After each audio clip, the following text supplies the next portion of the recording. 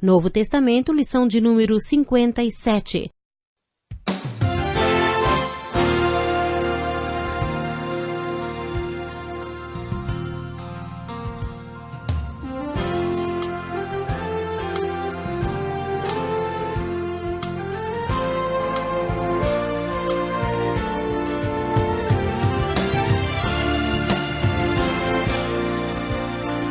Muitas pessoas têm tido seus sonhos destruídos pela falta de confiança absoluta em Deus. A Bíblia está repleta de exemplos de grandes sonhos cumpridos para a glória de Deus. Encontro com a Palavra é um programa escrito pelo Dr. Dick Woodward e narrado por Pastor Edson Bruno. Ouça e descubra verdades que lhe ajudarão no seu dia a dia. Com você, Pastor Edson Bruno.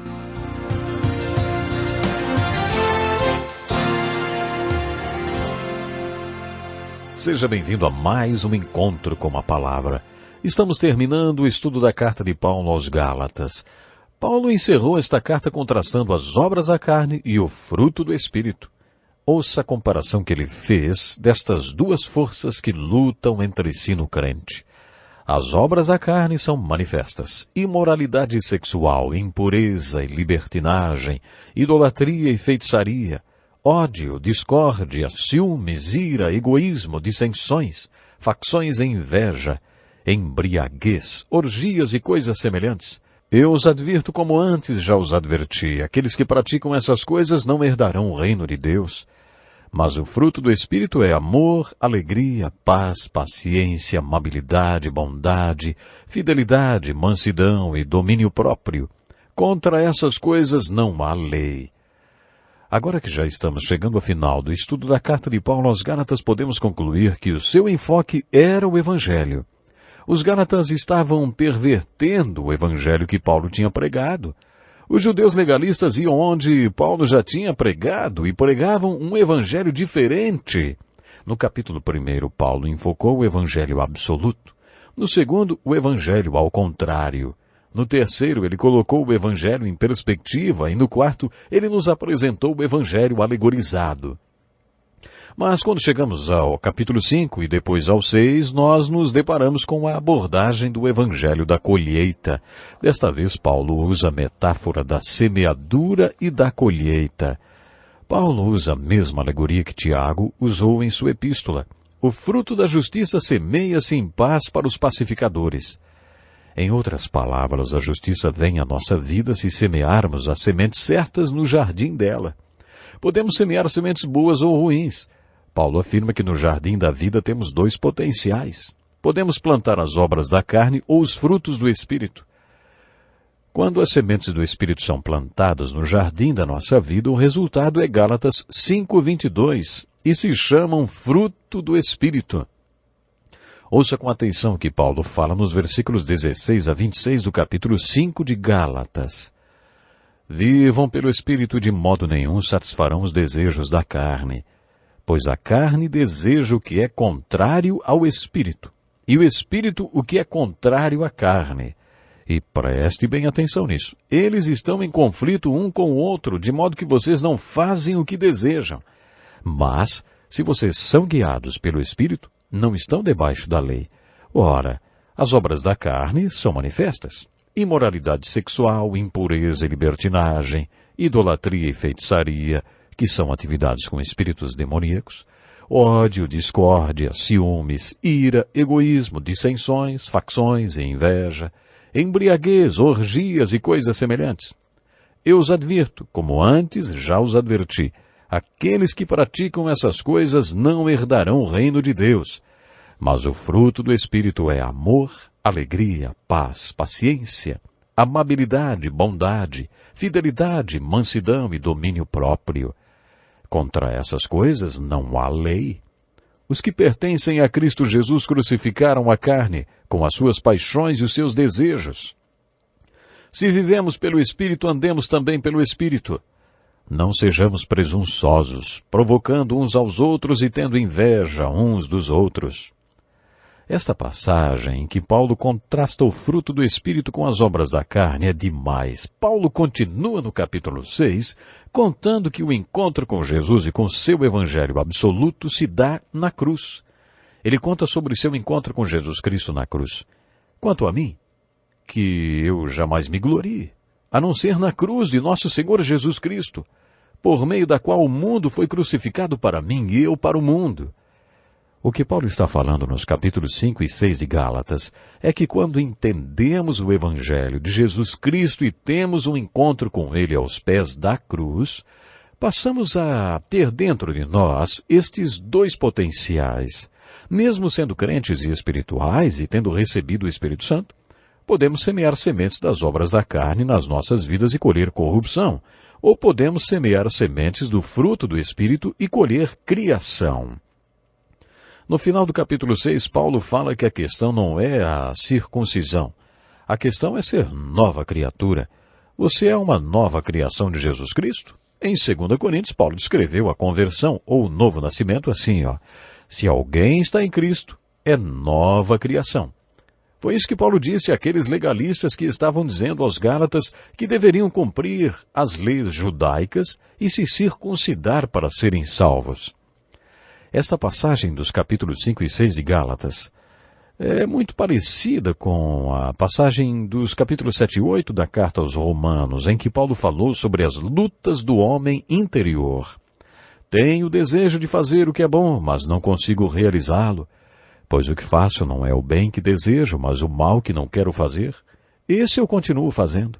Assim encontro essa lei que atua em mim. Quando quero fazer o bem, o mal está junto a mim. Paulo fala desta mesma verdade na carta aos Gálatas e na carta aos Romanos. Chamamos estas passagens de textos da santificação, nos quais Paulo ensina como estar separado para seguir a Cristo. Todas elas têm esse objetivo. Você pode semear as sementes certas no jardim da sua vida e colher criação chamada de vida eterna. A vida eterna é uma qualidade de vida eterna aqui nessa dimensão terrena e também a vida eterna para sempre na próxima dimensão, resultado de você ter semeado as sementes certas no jardim da sua vida. Por isso essas passagens foram escritas. Elas são muito reais e nos ensinam que, quando recebemos o Espírito Santo, nossa carne, nossa natureza humana, sem o cuidado de Deus, não é erradicada nem arrancada de nós. O mal está presente em você, conforme Paulo afirma em Romanos 7. Aqui em Gálatas 5, ele diz que estas duas naturezas estão em conflito dentro de você. Você nunca fica livre da pressão desta guerra no seu interior. Esta batalha diária em nosso homem interior é real. Há muitos anos o chefe de uma tribo de índios tinha se convertido e o missionário que o tinha levado a Cristo voltou à tribo para uma visita. O missionário perguntou como iam as coisas e o chefe disse: "É como se existisse dois cachorros, um branco e um preto, brigando dentro de mim." O missionário perguntou qual dos dois estava ganhando a luta. O chefe respondeu: "Depende de qual eu alimento melhor."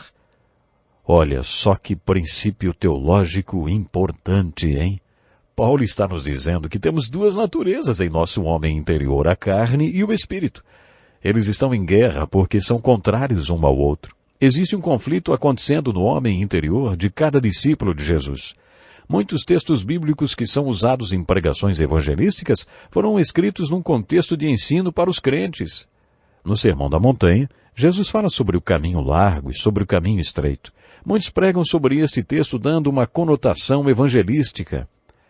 Dizemos aos pecadores: você está no caminho largo que leva ao inferno, você precisa entrar no caminho estreito que leva para o céu. Quando estudamos o Sermão da Montanha, aprendemos a lição que foi dada aos discípulos, que mostra como ser parte da solução de Jesus Cristo e parte da resposta de Jesus Cristo para os problemas deste mundo. Jesus lhes disse que, como discípulos dele, eles poderiam achar que existia um jeito fácil de ser parte da sua solução.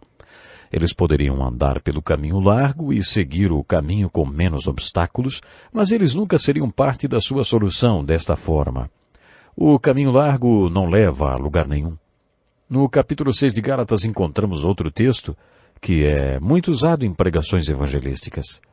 São os versículos 7 e 8. Não se deixe enganar, de Deus não se zomba, pois o que o homem semear, isso também colherá.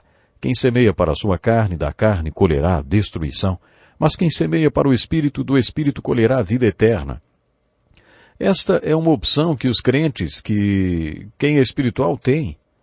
Paulo disse aos Coríntios que o homem natural não recebeu o Espírito, por isso ele não pode entender as coisas espirituais. Um cachorro late porque é um cachorro.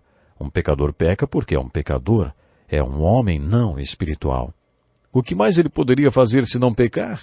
Mas vocês que são espirituais, Paulo diz, podem escolher entre andar na carne ou andar no Espírito.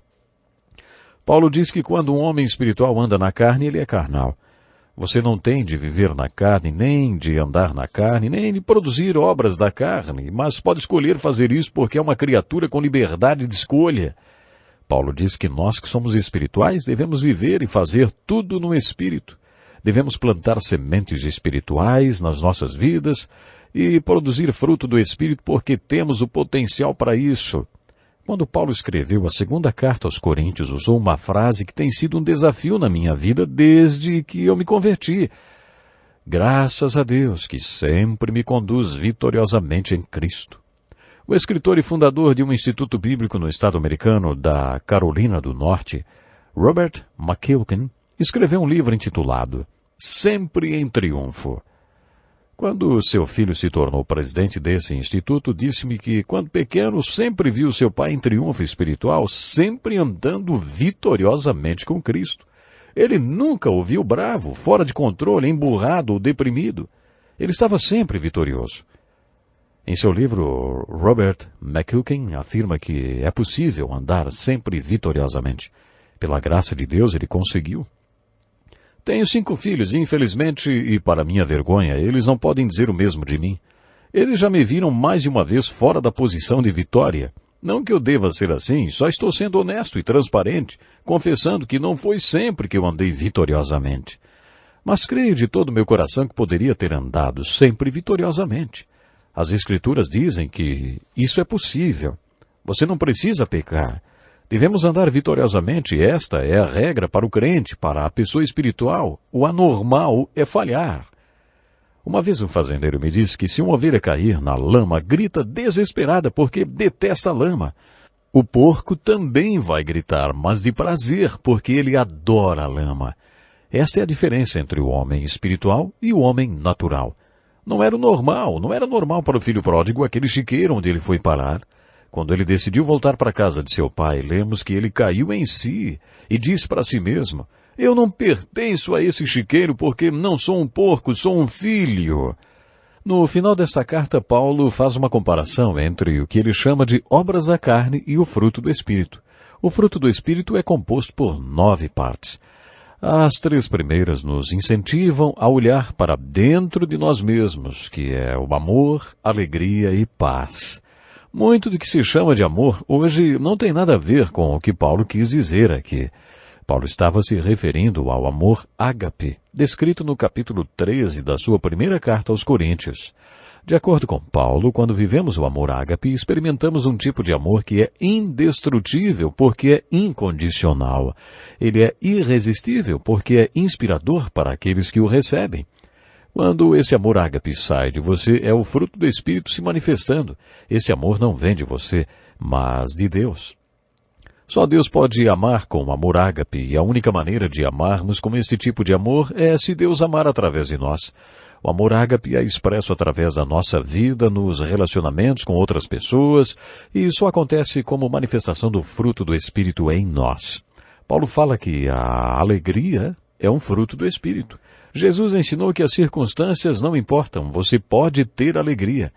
O Espírito Santo pode dar alegria, porque ela é uma evidência de que ele habita em você. Conheço um pastor que há 45 anos quis trabalhar na igreja do pastor que o tinha levado a Cristo. Aquele pastor tinha o dom da exortação e sua pregação captava a atenção de todos que a ouviam. O jovem pastor trabalhava na área social e disse ao seu pastor que gostaria de fazer parte de sua equipe.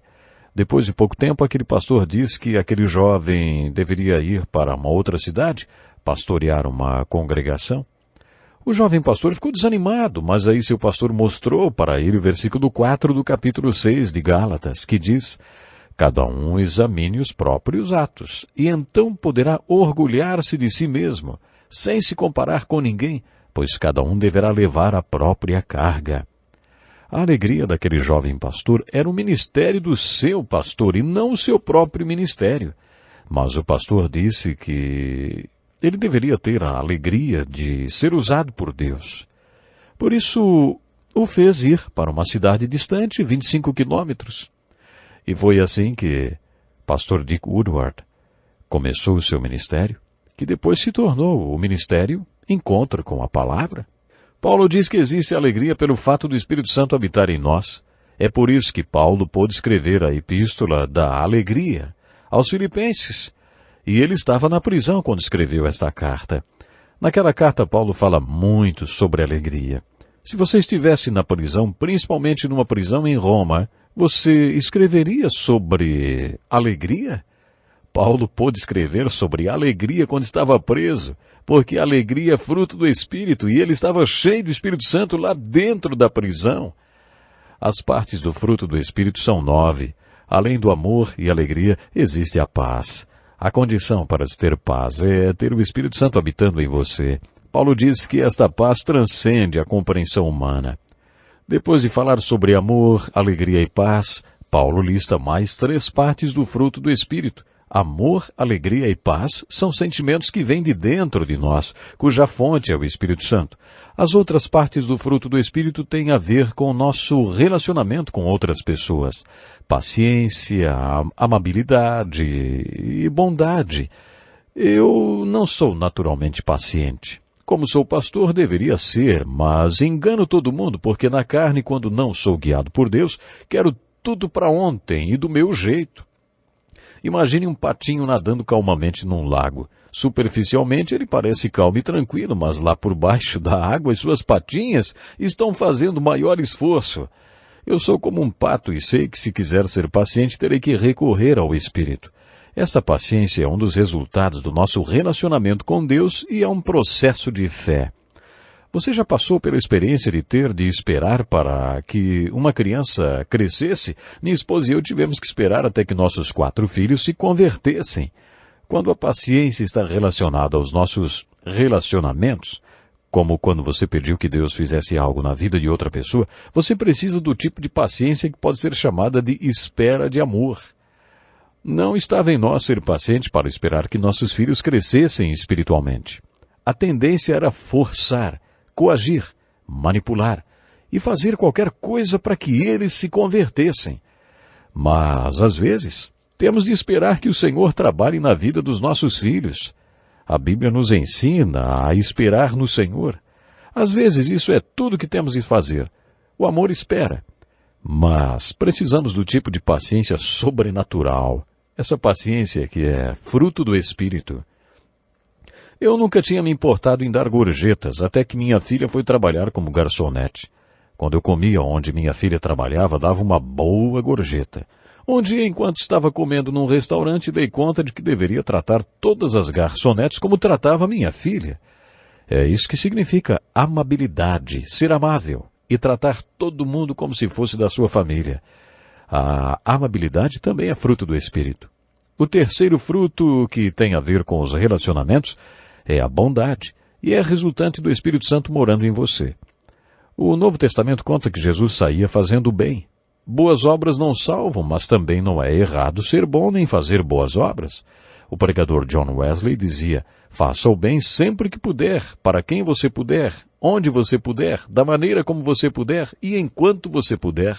Faça o bem, faça coisas boas. A bondade é fruto do Espírito. Não existe maior fonte de boas obras do que o Espírito Santo. Quando olhamos para dentro de nós mesmos, vemos o fruto do Espírito manifestado através do amor, da alegria e da paz. Quando olhamos ao redor, o fruto do Espírito é paciência, amabilidade e bondade. Quando olhamos para cima, o fruto do Espírito é fidelidade, mansidão e domínio próprio.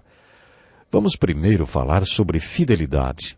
Esta característica é muito importante para mim porque quando me converti não tinha nenhuma disciplina. Entre meus 10 e 14 anos, minha mãe ficou doente e acabou morrendo, deixando meu pai sozinho para nos criar. Tudo virou uma bagunça. Eu nem voltava para casa à noite. Nós, os filhos, ficamos totalmente largados durante anos. Aconteceu que, ao final da minha adolescência, eu não tinha qualquer disciplina. Mas, quando me converti e o Espírito Santo passou a habitar em mim, encontrei disciplina e, como resultado disso, passei a ter mais responsabilidade.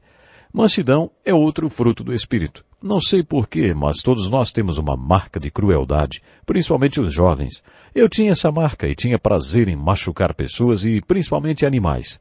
Quando me converti pela primeira vez na minha vida, passei a gostar dos bichos. Isso é uma prova de que o Espírito Santo habitava em mim, passou a habitar em mim. E habita em mim. A mansidão que tenho hoje é fruto do Espírito. A última parte do fruto do Espírito que Paulo menciona é o domínio próprio. Um conhecido que se aposentou como superintendente de escola disse-me algo sobre o comportamento humano que achei muito interessante, principalmente para quem tem filhos ou é professor ou pastor. Ele disse, algumas pessoas são como rodas, se alguém não empurrar, não funcionam, não andam. Outras são pipas, precisam de uma linha, senão se perdem no ar. Outras são como bolas, nunca sabemos onde vão cair da próxima vez.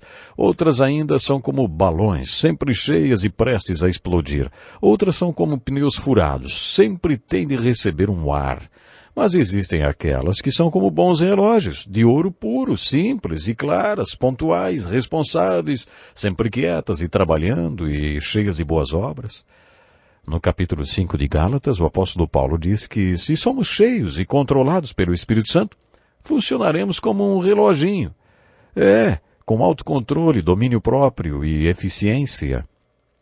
No final desta carta aos Gálatas, Paulo diz algo muito profundo.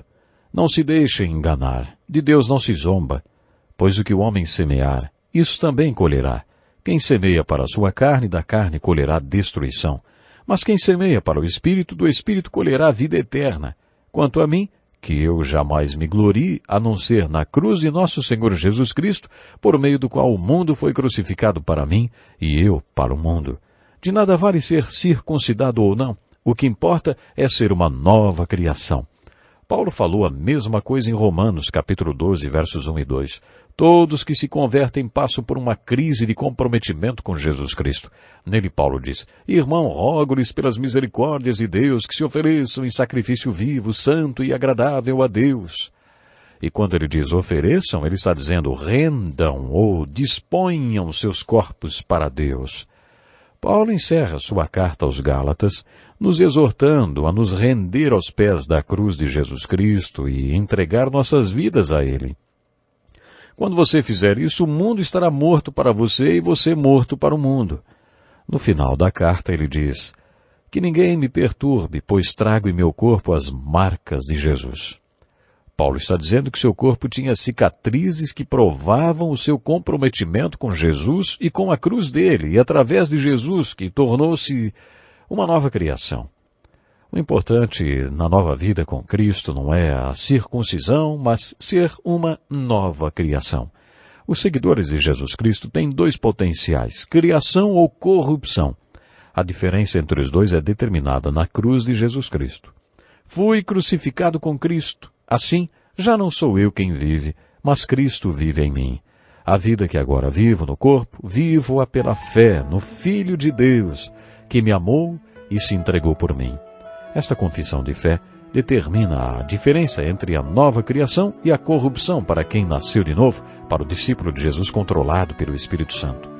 Minha oração é que esta seja sua confissão de fé também. Leia a carta de Paulo aos Gálatas e aprenda a viver na fé, no Filho de Deus e no poder do seu Espírito. Que Deus possa lhe abençoar grandemente. Espero você para o próximo programa. Até lá. Que lição importantíssima. Obrigado, pastor Edson Bruno. Prezado ouvinte, coloque em prática o que você ouviu aqui.